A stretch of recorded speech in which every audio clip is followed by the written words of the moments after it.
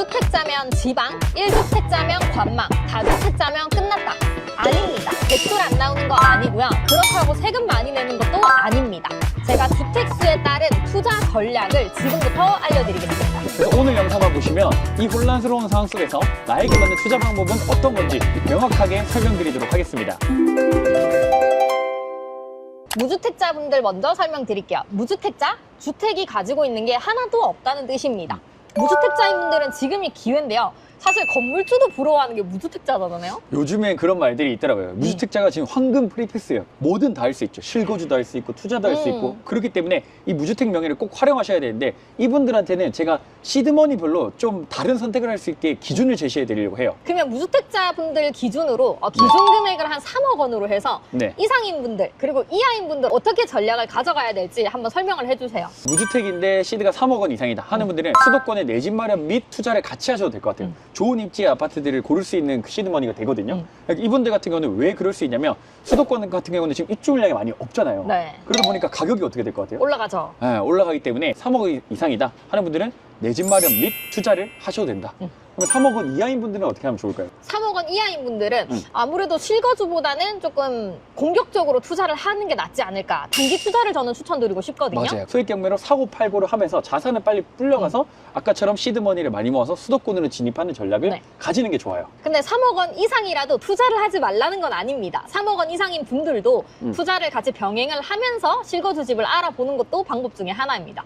그러니까 결론은 둘 다 할 수 있는 거죠. 투자도 할 수 있고 실거주도 할 수 그쵸. 있고. 근데 그게 3억 원 이하인 분들이 더 많기 때문에 그분들은 좀 지방으로 눈을 돌리면서 경매를 같이 결합해서 네. 소액 경매 단타를 좀 하는 걸 추천을 드리는 거죠. 규제든 비규제든 상관없거든요. 어차피 대출 많이 나오고 세금 적게 낼 수 있는 방법이 있단 말이죠. 그러면 지금 시드를 작은 시드를 가진 분들은 시드를 최대한 불려가지고 이제 수도권으로 진입하는 방향을 추천드립니다. 그리고 여러분들이 제일 많이 걱정하는 게 사실 대출인데요. 네. 이게 또 무주택자인 분들은 대출을 걱정하지도 않으셔도 됩니다. 네. 무주택자인 분들이 근데 걱정을 제일 많이 하시더라고요. 그러니까요. 네, 대출 한 번도 안 해봐서 그런 것 같아요. 근데 오히려 기회라고 얘기를 드리는 이유가 무주택자 같은 경우는 지방 기준으로는 거의 대출이 최대 90%까지 나오거든요. 네. 그러면 내가 1억 원짜리 아파트를 살려고 해도 1,000만 원만 있으면 그 아파트를 살 수가 있는 거예요. 그러니까 경매로 저희가 최근에 수강생분이 수도권에 거주하시는 분인데 네. 지방의 아파트를 낙찰받았어요. 네. 8천만 원대짜리를. 근데 그게 실투자금이 1,300만 원으로 투자를 하셨어요. 대출이 90%까지 나왔기 때문에요. 그게 그래서 무주택자분들은 이 기회를 적극적으로 활용할 수 있어야 돼요. 그거를 거의 한 10일 만에 순수익으로 한 900만 원 남기고 바로 팔았거든요. 그러면은 시드머니가 또 한번 불어나니까 맞죠. 지금 지금 단타, 소액 경매 단타를 하는 게 정말 좋은 기회가 왔습니다. 여러분 대출이 많이 나오는 것도 능력입니다. 자, 그러면 1주택자인 분들은 또 고민이 나름 깊으실 텐데요. 그렇죠. 분명히 세금을 걱정하실 겁니다. 지금부터 방법 설명드릴게요.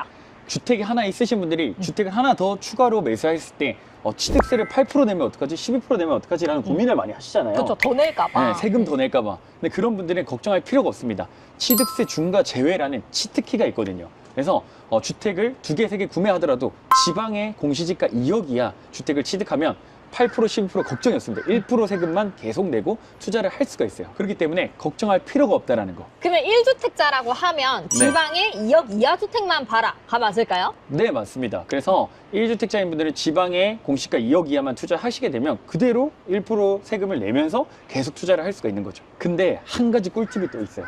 1주택자 분들이 앞에 가지고 있던 주택을 계속 비과세 혜택을 받게 하는 비법이 전략. 있습니다. 예, 한 개를 더 취득해도 원래 주택이 2개가 되면 세금을 더 많이 내야 되죠, 팔 때. 그렇죠. 당연하죠. 근데 앞에 거를 그대로 비과세를 받을 수 있는 혜택이 있어요. 그게 뭐냐면 바로 매매 사업자를 해서 재고자산이라는 걸 등록을 하시면 되거든요. 주택이 하나가 있어도 두 번째 주택을 취득하게 되더라도 앞에 거를 그대로 비과세로 해서 세금 혜택을 계속 받을 수 있다는 거.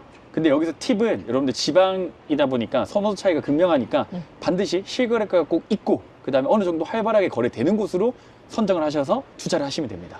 무주택자 그리고 1주택자인 분들도 고민이 많으시겠지만 사실 제일 머리가 아픈 분들은 다주택자인 분들이라고 생각을 해요.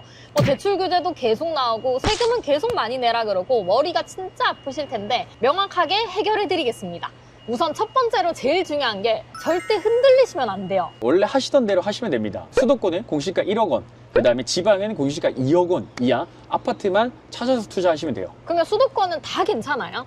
아니요. 규제 지역이기 때문에 비규제 지역 위주로 투자를 하셔야겠죠. 규제 지역 같은 경우는 지금 실거주 의무가 있고 대출 자체가 40%밖에 안 나오기 때문에 실질적으로 투자하기가 어렵습니다.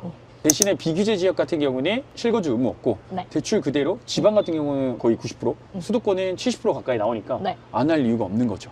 딱 한마디로 정리해드리면 달라진 거 없습니다. 그냥 이 영상 보시고 마음 다잡고 다시 원래대로 투자 이어가시면 되는 거예요.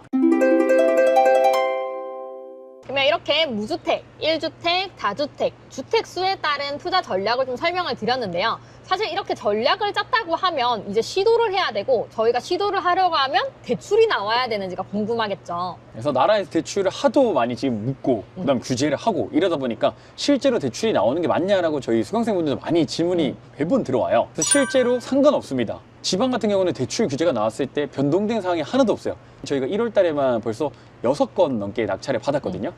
근데 다 대출이 80%에서 많게는 90%까지 대출이 나온다고 확답을 다 받았어요.